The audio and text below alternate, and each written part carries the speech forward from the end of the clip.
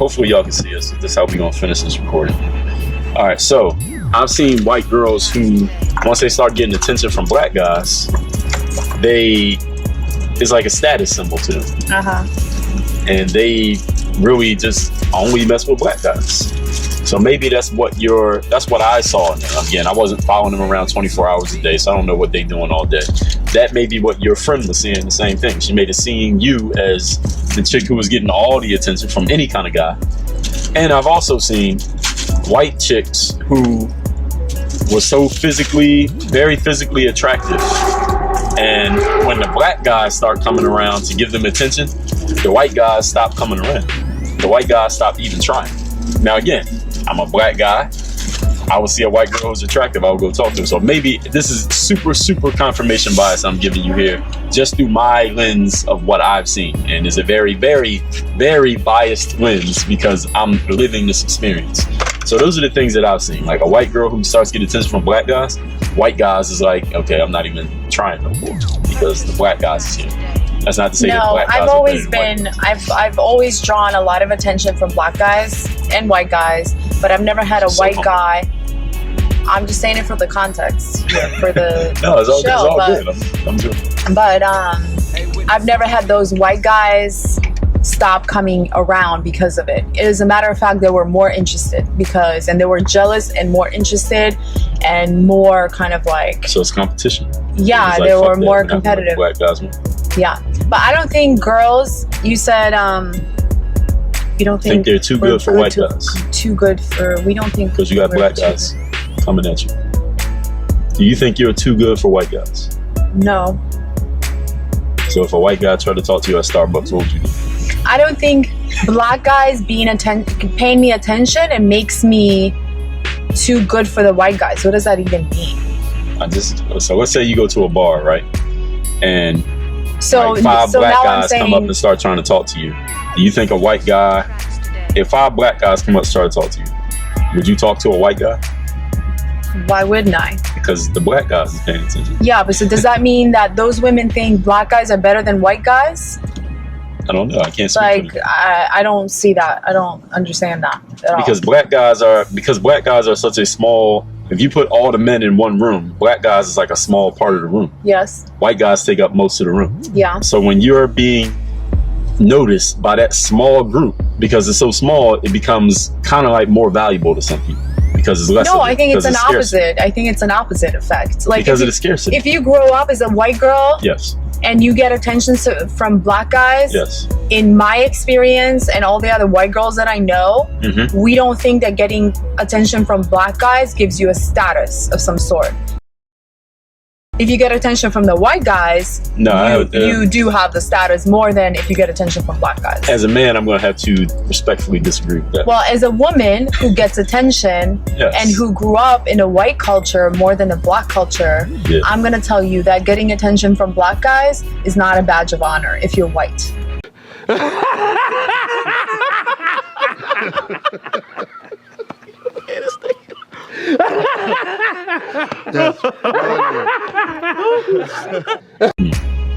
Okay. And I'm white. You are white. Yes.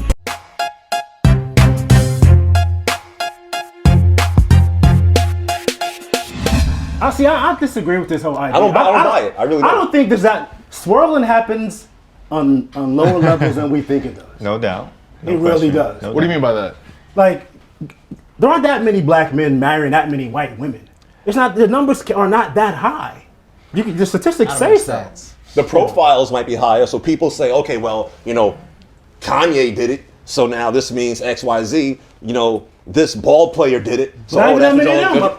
But even a lot of them. Exactly. Even that narrative. Those are the exceptions, though, bro. Those are the exceptions. That's the thing, like we said about the negative. No. The negative gets put out there, and it just gets fed into for whatever reason. The negative is more exciting. The majority of the married black men I know who are in great positions, black women. Yeah. Absolutely. That's the majority. Me too. But like I said, most of them, they're not on the internet. They're not on Twitter. So as far as this conversation goes, they don't exist. Yeah. Right. The angrier people are the ones that make the most noise. And that's why they determine what the narrative is going to be that we talk about. Truth. The swirling thing it's in your mind. Some of it, a lot of it's just in your mind. And we also know we all can walk out with 10 black women, but the first white woman we walk out with it's a problem. Oh my God! No, you know, but you know. You living the dream.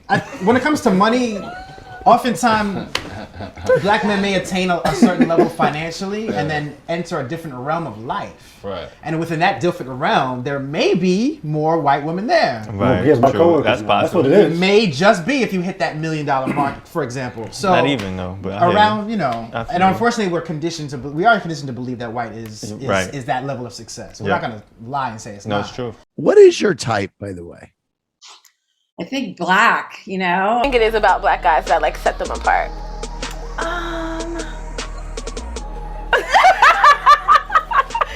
Okay, well, so, you know, people might say people might look at me and say, oh, you know, it's because of what's down under, you know? And I'm like, what did I just say? Like, I gravitated towards black guys when I was that young, you know what I'm saying?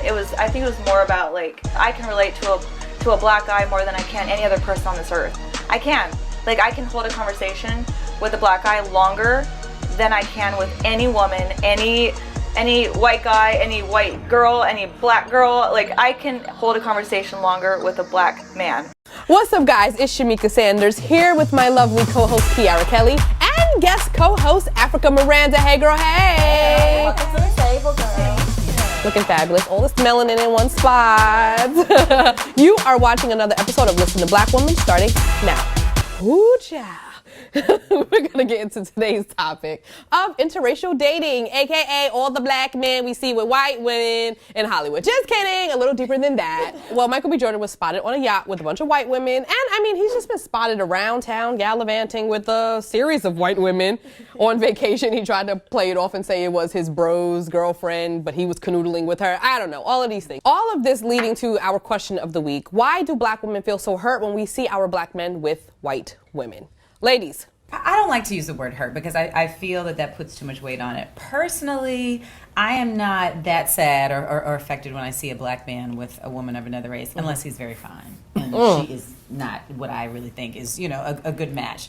But I do question a lot of their choices because when pressed or asked about it, a lot of them have really lame excuses. Like Michael did the whole thing about milk flavors, and I was just like... So weird. Right, like just say you like what you like and this is not it or this is it. My problem with it is that I feel like Michael B. Jordan's fan base has been built on the backs of black women. And now he's afraid that he's going to lose his audience. So now he's clamoring and he's all these milk analogies and it's really strange. But we see this so often in Hollywood. Yeah, and we're seeing right through it because all of those types of explanations, they just read as superficial and inauthentic. So superficial. It's like, just own it, brother. I think it hurts me as well, only because I see black partnership as a black investment back into our communities. And when you look at our families, you know, the first person you love is your uncle or your father. And you see this example of black men and black women loving each other. And to think that a black man maybe like went through his life without wanting to build that same type of family, it can be very hurtful. And I do think there is this overarching belief that a lot of us are dating and marrying outside of our race. So far, I think it's 89% of the current men who are married are still married to black women, but that does not acknowledge how that statistics has evolved over time because these new brothers, the new niggas. They ain't doing what your daddy was doing back in the day. They on a new wave, which is a lot of times dating outside their race or this whole exotic thing. Welcome to another episode of Uncomfortable Conversations with a Black Man. You see, prior to 1967, if these couples were to join me on stage, they would have to look like this. Because this would have been illegal and probably still makes you a little uncomfortable. I'm joined now by Rachel and Brian of season 13 of The Bachelorette, most notably the first black bachelorette in the show's history, also joined by Lindsey Vonn, Olympic gold medalist and PK star defenseman for the New Jersey Devils. But I want to start with an email that I received, and I really want to focus on the interracial aspect of all of this because someone asked me, they said, Emmanuel, as a black man, do you feel betrayed when you see a black woman with a white man? And I might not necessarily say I feel betrayed, but I feel some type of way. Rachel, you and I, we go back. And so I'm going to tell you something that I haven't told you before. 2017, I'm watching The Bachelorette, and I see finally they chose a black woman. They chose a black queen, and I'm thinking to myself, surely she's gonna pick a black king. I know nothing about Brian, like nothing about Brian, never met the guy. But all I see is Rachel picked a guy who is seemingly white. I felt some type of way about that. What would you say to someone who shared those sentiments? What would you say to them? Well, friend, I don't even know if I should say friend after you just said that to me. No, I'm kidding. But honestly, I had to say, you know what, my journey of love can't be any different just because the color of my skin is. And people can't judge me for picking someone who doesn't look like me. Like, I feel like they expect me to pick someone who looks just like me, but that's not fair. They should just want me to fall in love with whoever it is that I vibe with. So the idea of colorism and white is right is instilled in many of our brains. So a lot of black men unintentionally intact the idea of freedom or making it by dating white women. And this is primarily when these black men make significant amount of money. So mainly in regard to athletes and entertainers, because a lot of times those are individuals that come from impoverished areas. So a lot of these systems are uneducated and they have these ideas instilled in their brain and they're not untaught. To numerous black men, dating a white woman is a symbol of being free or equating to the white man unintentionally. These black men think that dating a white woman means that they're released from the shackles of their oppressor, when in reality, they're not. So black men in their actions affects a lot of black women, specifically dark-skinned black women.